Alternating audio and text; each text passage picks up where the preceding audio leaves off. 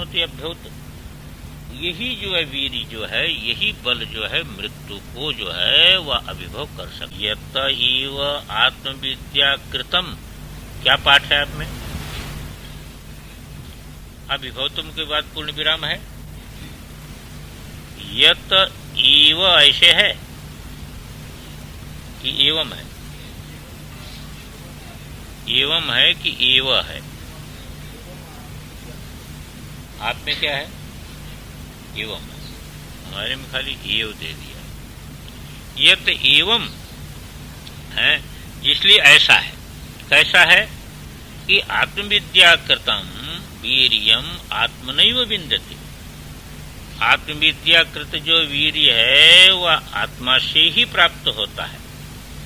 अतो इसलिए अविद्या जो अतो विद्यया आत्म विषयया विन्दति अमृतम। इसलिए आत्म विषयक जो विद्या है उसी के द्वारा अमृतत्व लाभ करता है। तो क्या हुआ? अमृतत्व लाभ कैसे हुआ बताइए? अमृतत्व पहले से ही प्राप्त है, मुक्त आप पहले से है, इसलिए मुक्ति कहीं से ले नहीं आनी है। अब बंधन का अनुभव क्यों हो रहा है? मृत्यु का अनुभव क्यों हो रहा है? क्यों हो रहा है? इसलिए कि अविद्या के कारण अनात्मा में हमारी अहंता प्रतिष्ठित हो गई है। यही मृत्यु है। अब विद्या के द्वारा क्या होगा? विद्या के द्वारा वही होगा कि अविद्या के द्वारा जो हो रहा है वह निवृत्त हो जाएगा। तो मुक्ति कहां से आएगी? आएगी कहां से?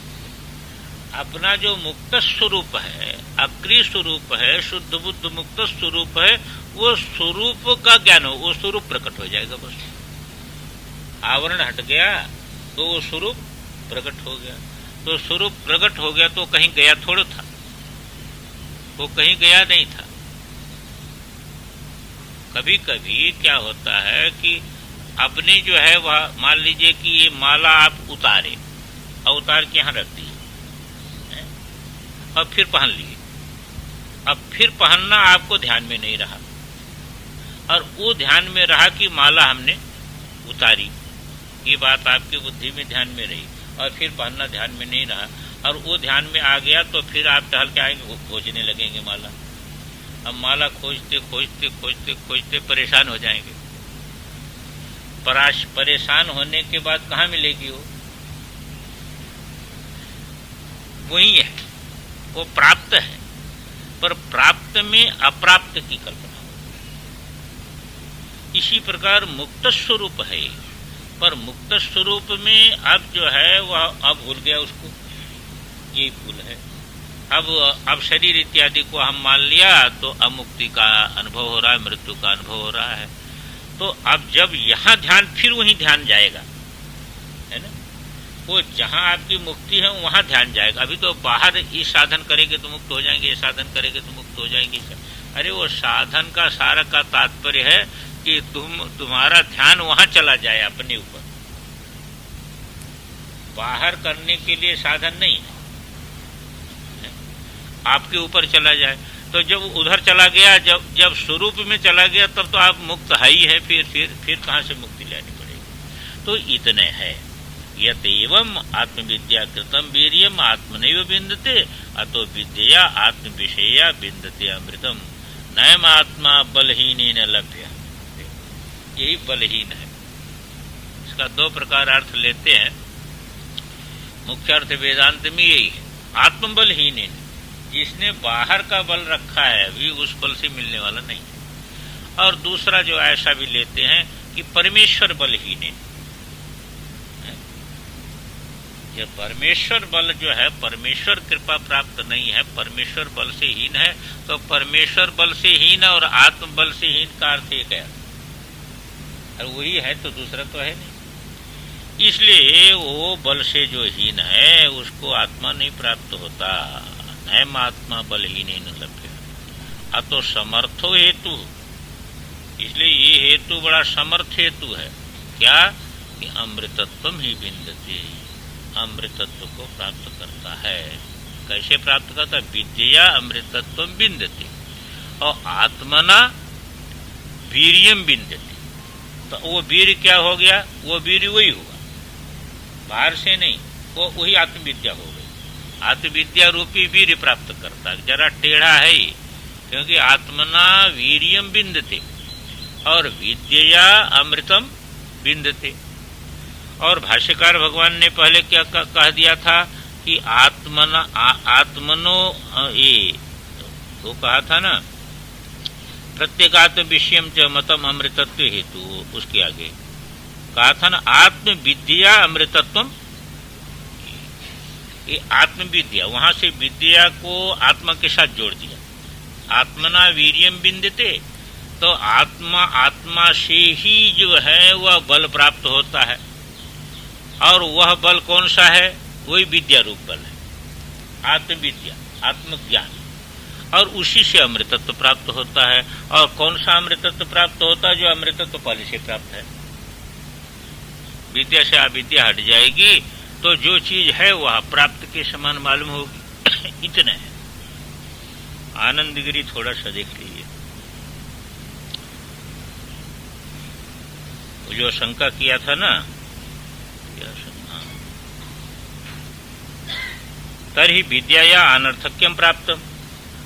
कहते अविद्या देहाद्यात्मत्व प्रतिपत्ति। अविद्या के द्वारा क्या होगा? शरीर को आप आत्मा मानेंगे। ये जो है तद आत्मनो मर्त्यत्व, यही जो है मृत्यु है आत्मा की। तद निवृत्ति ही विद्या फलम, वही उसकी निवृत्ति जो है यही विद्या का फल है। वीर्यम माने विद्याकृतम, विद्याकृतम उक्तम मुक्तत्वे, ये पाठ है, विद्याकृतम वीर्यम मुक्तत्वे उक्तम, मुक्ति के लिए जो है वह कहा गया। दार्ढ्यम तच्च स्वाभाविकम एव मुक्तत्वम वास्तवम। मुक्तत्वे दार्ढ्यम, जैसे यहां पर आनंदगिरी का कहना क्या है? आनंदगिरी का कहना है कि वीर्यम विद्याकृतम उक्तम मुक्तत्वे दार्ढ्यम, मुक्ति को वो दृढ़ बनाता है। बल से मुक्ति दृढ़ होती है, क्योंकि मुक्ति तो स्वाभाविक है, मुक्ति तो स्वाभाविक है।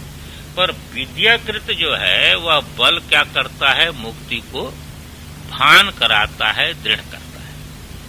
मुक्तत्वम वास्तव, स्वाभाविक में मुक्तत्वम वास्तव। सर्व शरीरादि असंसर्गित्वात् नभो व निरवयत्वादेव। आत्मा जो है सब शरीर के संग से रहित असंगोयम पुरुष, इसलिए आकाश के समान निर्वय होने से ततश्च नित्य मुक्त एव अहम इति अवष्टम्भो विद्याकृतम बलम। इसलिए विद्याकृत बल क्या हो गया कि नित्य मुक्त, मैं तो नित्य मुक्त हूं, मुझे मुक्ति अभी प्राप्त हुई है नहीं, नित्य मुक्त मैं हूं। ये जो आधार है यही जो है विद्याकृत बल है। ऐसा नहीं कि इसके द्वारा मैं मुक्त होऊंगा। अपना स्वरूप नित्य मुक्त, इसको बार बार ध्यान देना चाहिए कि जैसे कर्म का झगड़ा भी विद्वान के लिए बहुत करते हैं, पर ये समझना चाहिए कि ब्रह्म जो अपना स्वरूप है वो निष्क्रिय है ना? अपना स्वरूप निष्क्रिय है। जब तक स्वरूप का बोध नहीं हुआ तब तक क्रिया के विषय में विचार होता है। यह करना चाहिए, यह नहीं करना चाहिए। स्वरूप बोध होने पर आपको किस स्वरूप का बोध हुआ? जो अक्रिय है। जिस स्वरूप का बोध हुआ वो अक्रिय, जिस स्वरूप का बोध हुआ वो नित्य मुक्त है। जिस स्वरूप का बोध हुआ वो नित्य मुक्त है। इसलिए स्वरूप बोध के पूर्व में तो ये सारे के सारे विचार हो सकते हैं। क्रिया का विचार, मुक्ति के साधन का विचार, मुक्ति के दृढ़ता का विचार, ये सब जो है वह इस दशा में तो हो सकते हैं। पर जिस स्वरूप का आपको बोध हुआ उस स्वरूप ही ऐसा है। तो अब आप कैसे विचार करेंगे क्रिया करनी चाहिए कि नहीं करनी चाहिए कि करनी, क्योंकि स्वरूप ही निष्क्रिय है, उसका इस क्रिया से अनात्मक क्रिया से कोई संबंध है नहीं। ओम पूर्णमदः पूर्णमिदम्।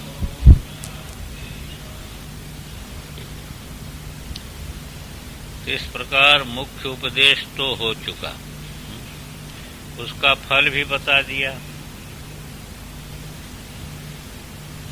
इसका फल भी बता दिया कि जो है आत्मना विन्दते वीर्यं विद्यया विन्दते मृतम्। अब यहाँ पर यदि कोई ऐसा सोचे कि मुख्य ज्ञान तो इस शरीर में नहीं होता है, इस शरीर से जब ब्रह्मलोक इत्यादि में दूसरा शरीर मिलेगा तो दूसरे शरीर से फिर ज्ञान होकर के मुक्त हो सकता है। इस शरीर में तो इस प्रकार के ज्ञान प्राप्त करने की योग्यता नहीं है, तो कहते नहीं। इह चेदवेदीत अथ सत्यमस्ति न चेदिहा वेदीन महती विनष्टिः भूतेषु भूतेषु विचित्य धीरा प्रेत्यस्माद् लोकाद् अमृता भवन्ति।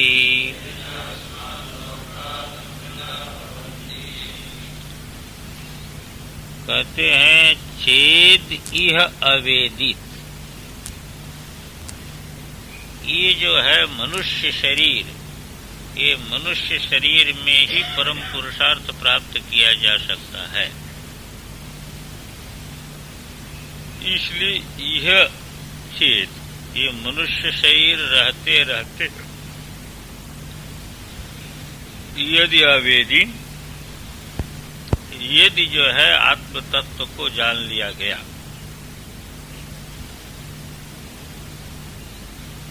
तो यदि से यहाँ ये संभावना है, माने मनुष्य शरीर में ही जाना जा सकता है। इसलिए मनुष्य शरीर रहते रहते यदि आत्मा को जान लिया तो क्या हुआ, अथ सत्यमस्ति। तो मनुष्य शरीर हमारा जो है प्राप्त करना सार्थक हो गया, क्योंकि दूसरे शरीर में पुरुषार्थ के लिए अवसर नहीं है। इस शरीर में जो है शास्त्र श्रवण इत्यादि जो है संभव है, साधन संभव है। तो इस शरीर के रहते रहते इस शरीर में ही यदि आत्मदर्शन कर लिया तो ये शरीर धारण करना सत्य हो गया, सफल हो गया, यानी ये निष्फल नहीं हुआ, यह हो गया निष्फल नहीं हुआ। और नहीं तो निष्फल ही है, नहीं तो ये शरीर निष्फल, मुख्य फल प्राप्त न करे तो निष्फल हो गया ना। कोई मान लीजिए कि आपको चिंतामणि मिल जाए और उस चिंतामणि को आप ले जा करके उसको 10 रुपए में बेच दें, तो चिंतामणि मिलना सफल है कि निष्फल है? निष्फल है, वो निष्फल ही। इसी प्रकार ये मनुष्य शरीर मिला है, ये चिंतामणि के समान है। इसके द्वारा तो जो है हम बहुत कुछ प्राप्त कर सकते हैं, स्वरूप को प्राप्त कर सकते हैं। और उसको जगत के पदार्थों में आप बेच दीजिए, जिससे स्वरूप प्राप्त कर सकते, जन्म मरण के चक्र से मुक्त हो सकते हैं। उसको यदि जगत का पदार्थ लेकर के बेच दे तो वो जो है वह सफलता नहीं है, चिंतामणि की सफलता। यही चिंतामणि है, दूसरी चिंतामणि तो आजकल किसी को दिखती नहीं, पर ये चिंतामणि। अब कहो यही चिंतामणि है तो दुखी क्यों है व्यक्ति? और दुखी अपने संकल्प से है।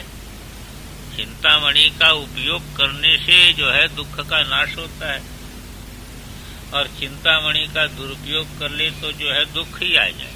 उसके नीचे बैठ करके संकल्प ही उल्टा कर ले, तब क्या होगा? अब चिंतामणि तो संकल्प जैसा होगा वैसा करेगी। तो इसके नीचे बैठ करके संकल्प यदि उल्टा कर लिया तो नाश का भी उपाय हो सकता है।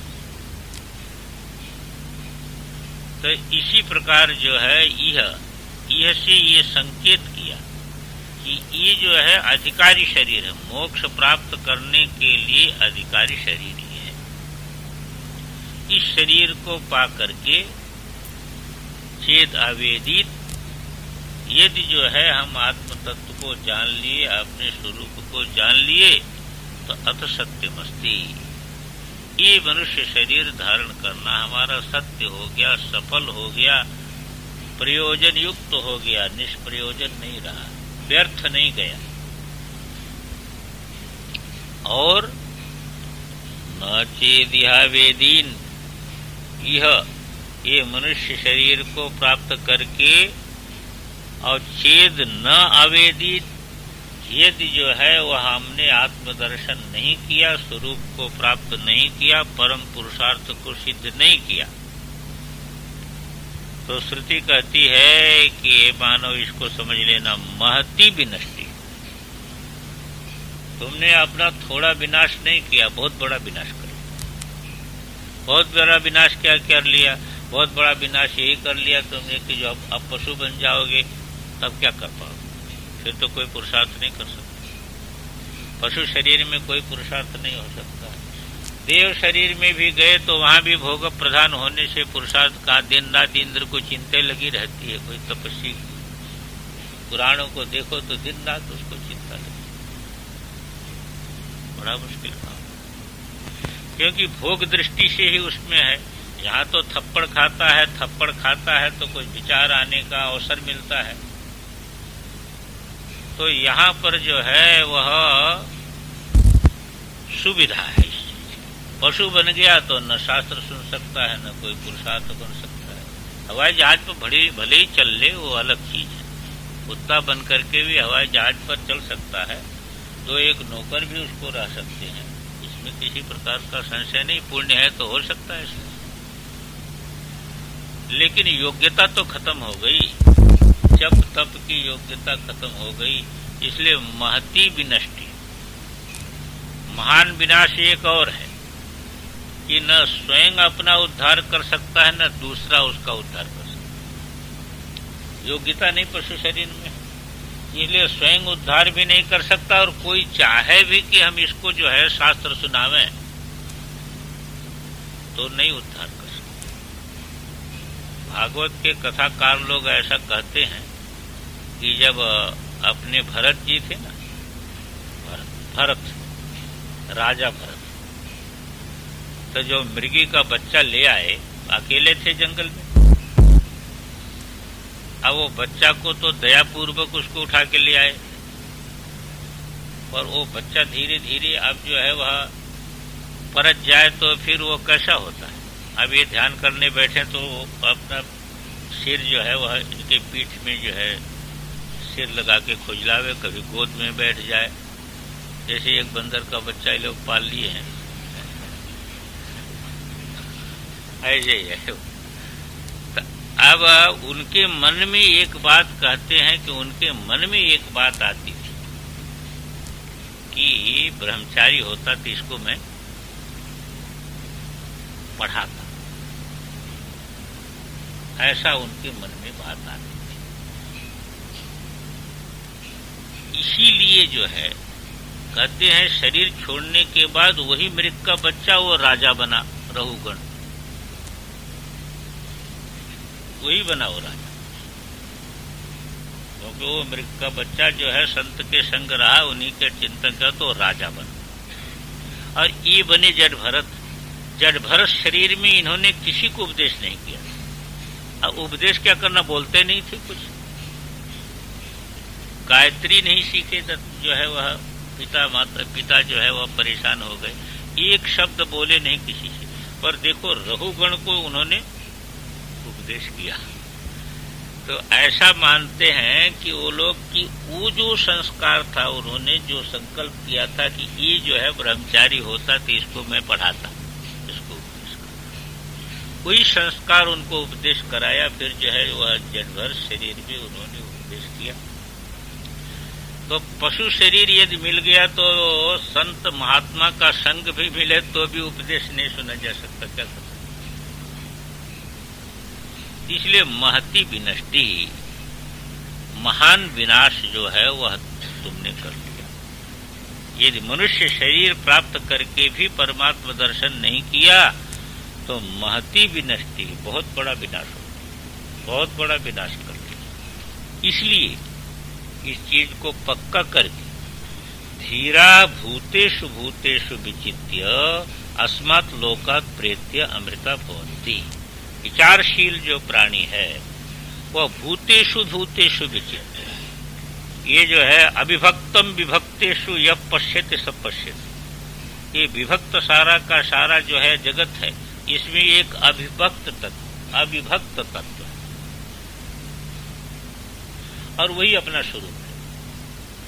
तो भूतेषु भूतेषु, एक एक शरीर में भी जो अपना अविभक्त स्वरूप है, परमात्मा स्वरूप है, उसको विचित्य, उसका ज्ञान प्राप्त करके उसको उपलब्धि, वो उसकी उपलब्धि करते हैं।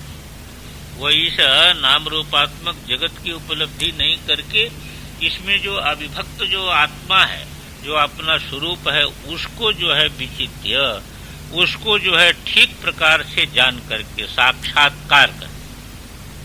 इसी को गीता में कहना अविभक्तम विभक्तेषु यह पश्यति स पश्यति, कोई देखता है। ये जो है विभक्त जगत को देखने वाला वस्तुतः देखता नहीं है। वो क्या देखेगा? वो वास्तविकता को नहीं देखता, वो तो माया को देखता है, उसको तो माया दिखाई देती है। वास्तविक दर्शन तो सत्ता का दर्शन है और वह यहीं पर नाम रूप जहां पर दिखाई दे रहा है, यहीं पर जो है वह है और इसमें समान रूप से एक ही है। तो उसको जो है वह भूतेषु भूतेषु विचित्य, उस आत्म तत्व का जो है साक्षात्कार करके, प्रत्येक दृश्य के साथ उस आत्म तत्व का साक्षात्कार करके, प्रतिबोध विदितम्यतम, बोध बोध के साथ ही जो है उसको जान करके, उसका साक्षात्कार करके अस्मात् लोकात् प्रेत्य, जहां उस आत्म स्वरूप का साक्षात्कार होगा वहां उसका क्या होगा कि ये जो कार्यकरण संघात है यही लोक है। अस्मात् लोका, ये कार्यकरण संघात रूपी जो लोक है, इससे जो है प्रेत्य, इससे आंता को पृथक कर, इससे मर गया वो, यानी इससे पृथक हो। अस्मात् लोकात् प्रेत्य, इस कार्यकरण संघात से प्रकर्षेण इत्य, ऊपर उठ करके अमृता भवन्ति, मोक्ष धर्मी हो जाता। क्यों? जिस आत्मा का निश्चय करता है वो तो नित्य मुक्त है, इसलिए जो है मोक्ष धर्मी हो जाता है, मोक्ष को प्राप्त कर लेता है, अमृत हो जाता है। इसके साथ मर्त्य होता है ये, और इसको जब छोड़ देता है, इसमें से अहंता छोड़ देता है, तो वह मृत्यु से रहित अमृत हो जाता है।